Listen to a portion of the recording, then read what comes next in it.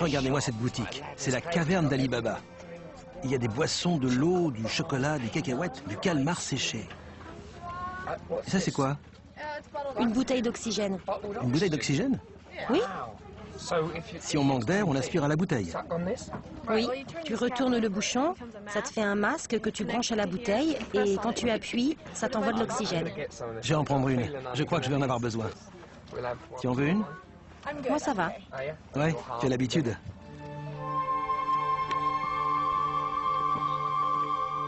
On n'y voit pas grand-chose.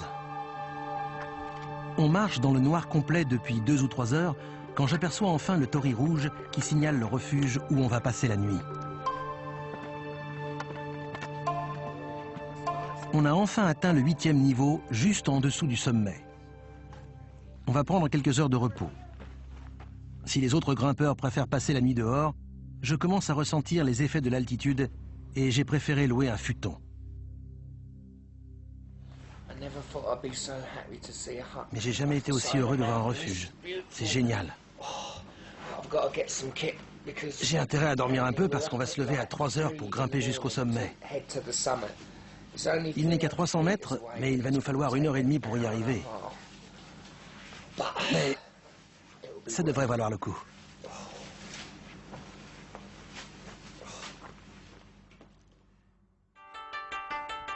Le lendemain matin, après une nuit atroce, Ginger et moi repartons au milieu d'une foule de gens.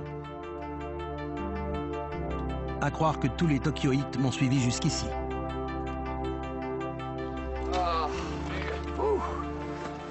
Oh, c'est magnifique. Cauchemardesque, là. Quel cirque.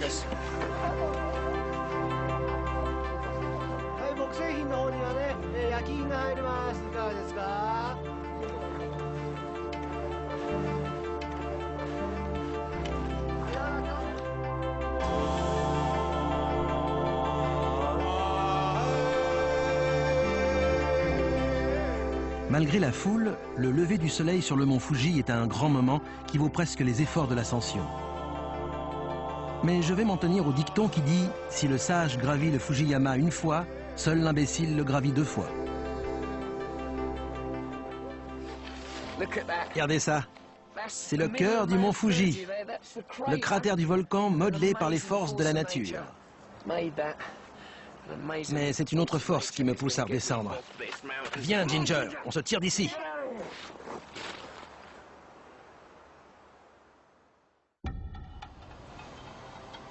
De retour à Tokyo, j'ai décidé de pédaler un peu, histoire de garder la forme. La location de vélo n'est pas donnée et la qualité de l'air laisse sûrement à désirer. Mais c'est une bonne façon de découvrir la ville pour qui ne craint pas la chaleur estivale. C'est la canicule, il fait 35 degrés, mais heureusement, il y a des distributeurs de boissons qui vous proposent tout ce que vous voulez. On en trouve partout au Japon. Et vous pouvez y acheter du thé normal, du thé vert, du café, des boissons énergisantes, de l'eau minérale, des jus de fruits. J'ai simplement pris une bonne bouteille d'eau fraîche.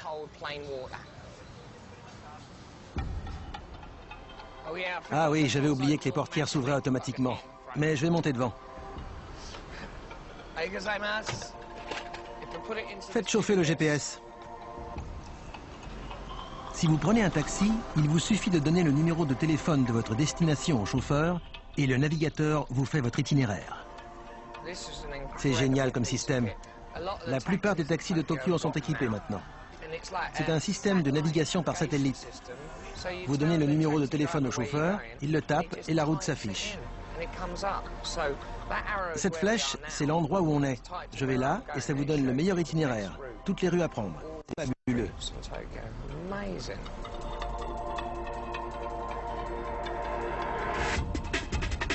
Maintenant, direction le complexe de Roppongi Hills, une zone rénovée qui a coûté 2,3 milliards de dollars en plein cœur de Tokyo.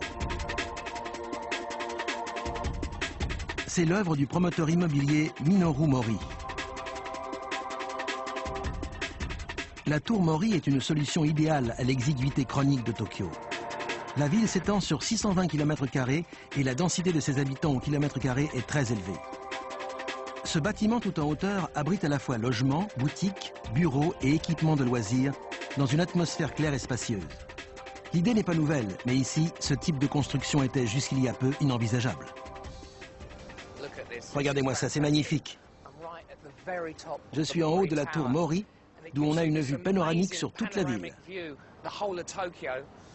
J'ai été surpris de ne pas voir plus de gratte-ciel, mais il y a une bonne raison à ça, les risques de tremblements de terre.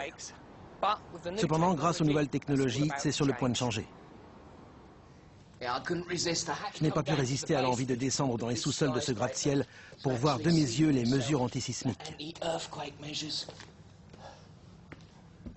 C'est une vraie prouesse technologique. Les fondations de ce bâtiment de 18 étages sont toutes montées sur ces énormes amortisseurs antisismiques. En cas de tremblement de terre, le sol va bouger, mais le bâtiment, lui, va rester relativement immobile. Si vous vivez dans un appartement classique, ce centre de prévention donne quelques conseils à suivre en cas de séisme. Cet appartement est petit, mais parfait. Il y a une cuisinière pour préparer des repas pas chers. Ça, c'est la chambre. Toute simple, propre. Que demander de plus? J'ai mon manga pour lire avant de m'endormir.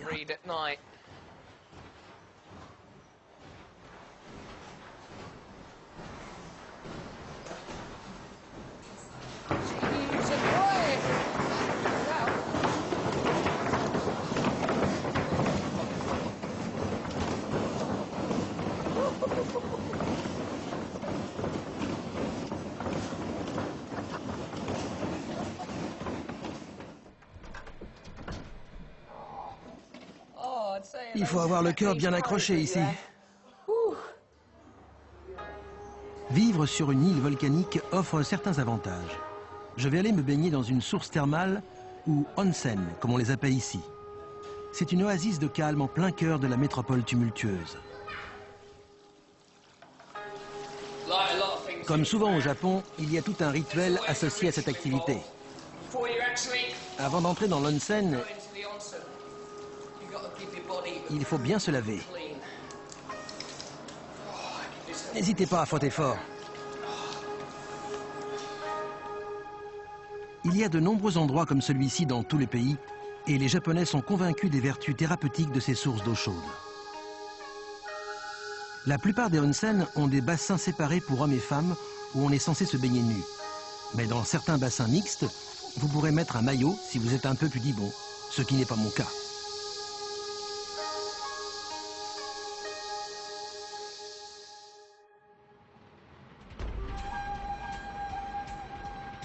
Nous repartons en Shinkansen pour un autre festival. Cette fois, je pars de la gare d'Ueno pour aller jusqu'à Aomori, à 700 km à l'extrême nord d'Honshu. Aomori est une ville balnéaire où de nombreux Tokyoïtes viennent se reposer et profiter de la mer et de l'air pur. Vous pourrez même voir quelques sumo en train de lézarder au soleil. Mais je suis ici pour le festival Nebuta. Les Nebuta sont des chars décorés de gigantesques figurines en papier qui illustrent des histoires légendaires. Le premier char a été construit au IXe siècle par un général en difficulté qui voulait effrayer ses adversaires. Aujourd'hui, ces chars demandent 1 an de construction. Les plus beaux sont récompensés, puis placés sur des barges qui vont dériver dans la baie. Dans quelques heures, tous les chars que vous voyez là vont s'animer.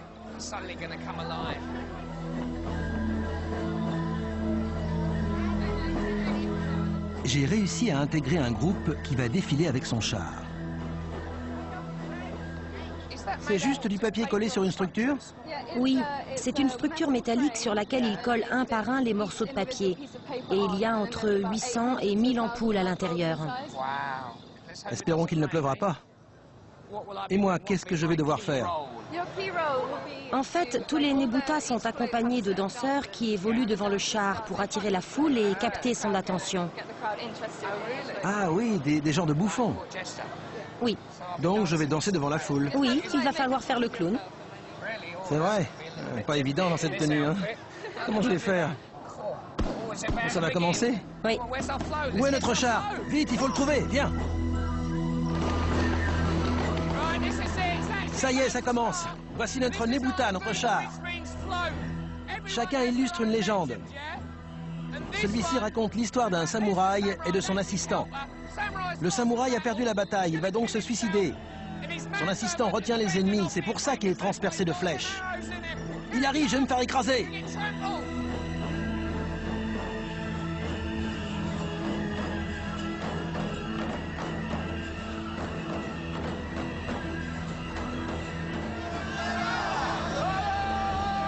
Je fais n'importe quoi. Je danse, je danse.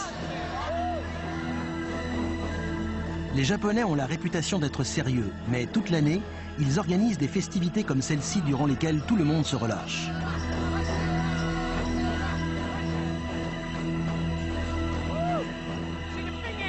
Quand vous êtes fatigué à force de danser, il vous faut un petit remontant, et pour ça, rien de tel qu'un peu de saké. Je peux en avoir? Ouais? Oh, ça, c'est petit pour moi, il m'en faudra un peu plus.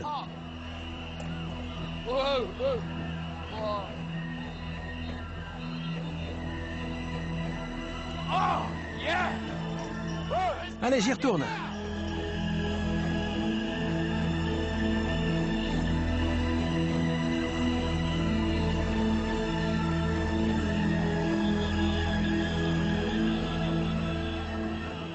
Le défilé touche à sa fin, mais regardez-moi, je suis complètement accro au festival.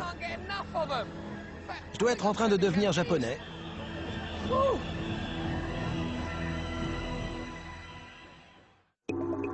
C'est mon dernier jour à Tokyo. Et comme on est samedi, je vais aller au Tokyo Dome pour voir un match de baseball. Je suis venu voir jouer l'équipe la plus populaire, les Yomiuri Giants. Les Japonais adorent la culture américaine et évidemment les plus grandes stars de l'équipe viennent des États-Unis comme Tuffy Rhodes. Ici, soit les gens viennent vous voir par centaines, soit personne ne vient. Donc j'essaie de ne pas regarder autour de moi et de me concentrer pour atteindre mes objectifs.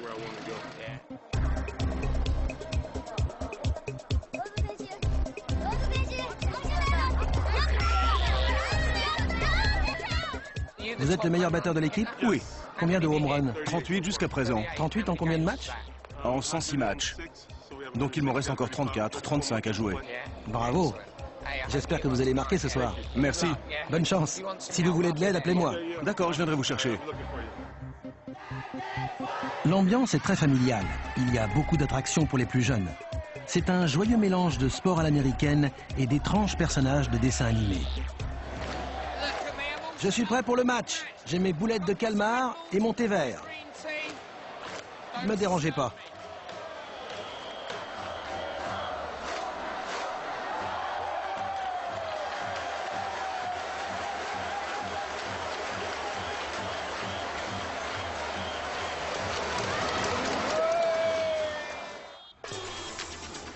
C'est mon équipe qui a gagné.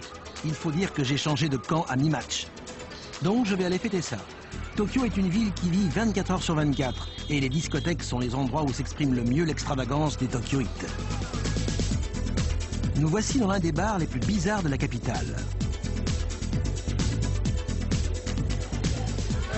Regardez-moi cet endroit, c'est le délire total. Bonsoir, je fais le tour des cellules, je me promène avec ma boisson. Elle est là-dedans. Qu'est-ce que je vois là? Bonsoir tout le monde. Vous avez pris 2 ans, je vois. Bonsoir. Vous êtes là depuis quand? 2 ans? Je ne sais plus très bien. Je vais entrer pour fouiller la cellule. Fouille réglementaire.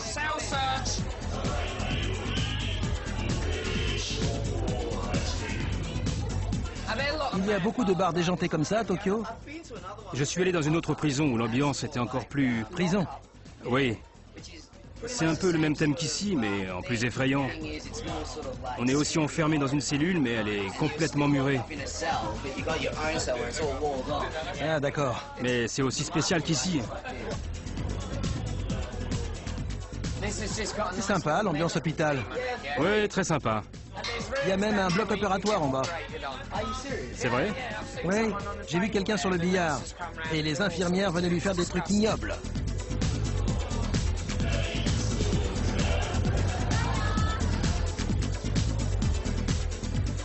En tout cas, merci. Chin, je vais y aller.